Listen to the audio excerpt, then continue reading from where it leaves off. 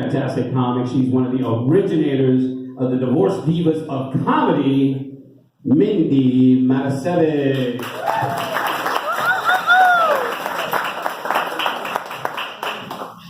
Hi, everybody. I'm glad you're here. If anyone here is visiting New York, welcome. I hope you have a good time. And please, please don't judge all of us by, our litterers and our public urinators and our subway masturbators and our clutch grabber. Oh, no, he moved to D.C. Oh, good. I want to say happy birthday to Aaron, whose show this is. Happy birthday. Thank you for having me on the show, and thank you for having Lisa. We need some estrogen in here, don't you think? Oh man, when I was married, we used to sometimes, before I did stand up, we used to sometimes go out to comedy shows. And I guess it's improved, because I remember it being man after angry man complaining about not getting laid. And I'd sit there and think, I could have stayed home, said no, and got this shit for free.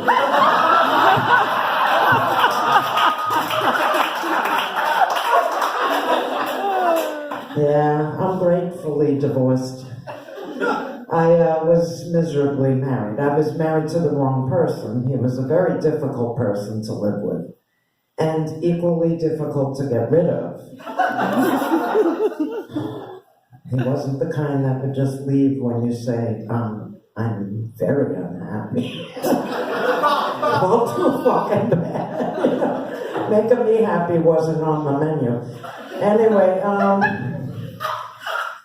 so I had to get really creative. Keep in mind, we had a child that kind of ruled out murder,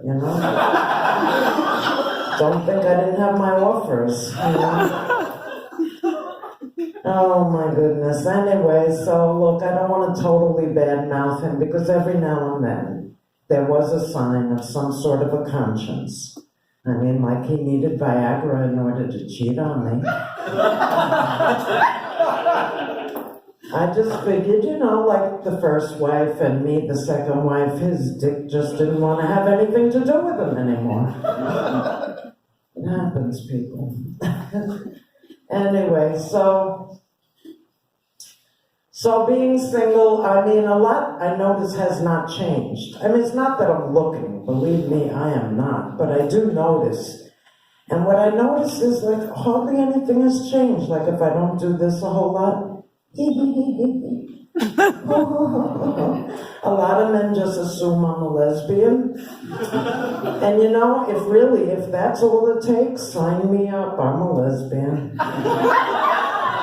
I always thought it took a lot more, but okay, hey, I'm a virgin lesbian, but what the hell. Anyway. And, being out there again, it's a little odd to my ears because, marriage, it was a long part of my life. So hearing everything again, like, I was recently referred to as a chick.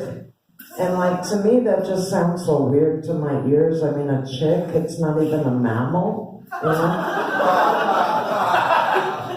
And then my younger male cousin was so nice to point out that I was no spring chicken. So I said, all right, I'm finally a real live woman, no longer poultry, And as exciting as that is, I often have someone wanting to argue with me. Like this man once was so irrational, so I wouldn't even talk to him at all. And that made it worse on his end. He was more angry. He brought it to his level. He told me I had no balls. Now, I know in the male world those are fighting words, but come on, in the female world, that's just redundant. I don't need balls. I have everything I need, and it's worked out just fine. I like the whole arrangement. I like the way my jeans fit. And there's no room in here for balls. Some men are so difficult to please. They want vagina and balls. See, I don't have to make shit up to make you laugh. Life gives me all the material I need. Anyway, so when I'm not up here doing this, you might be surprised to know I teach adults who need to complete their high school education. And these are returning people, many are my age, older, slightly younger. And so we're close. We feel very comfortable together. I'm basically who you see here. That's who I am in the classroom. I mean, I don't say pussy in the classroom. But, you know, we're close. They wouldn't be shocked to know I have one, right? So a bunch of them were telling me a lot of things. I mean, they tell me everything. I know who's menstruating, who's worried and waiting on theirs, and I know all of this. Not that I ask, but anyway. So I heard that one of their other teachers got really upset with a group for being late and absent a lot. And these are grown people with kids and all kinds of stuff. So anyway, she said to them, she looked up the record and said, "You go to Mindy's class. What does she do in her room?" I said, "That's what she said? You go to my class, what do I do in my room?" So they said almost every day she's asking them that. What does she do in her room? So I thought, all right, I should go over to this bitch and tell her, you know, relax, because other than the free cocaine and lap dances, I don't do anything that special in my room. I mean, all right, Fridays are very well attended, but Friday is Touch a Teacher's Titty Day. What do you say? Thank you, everyone.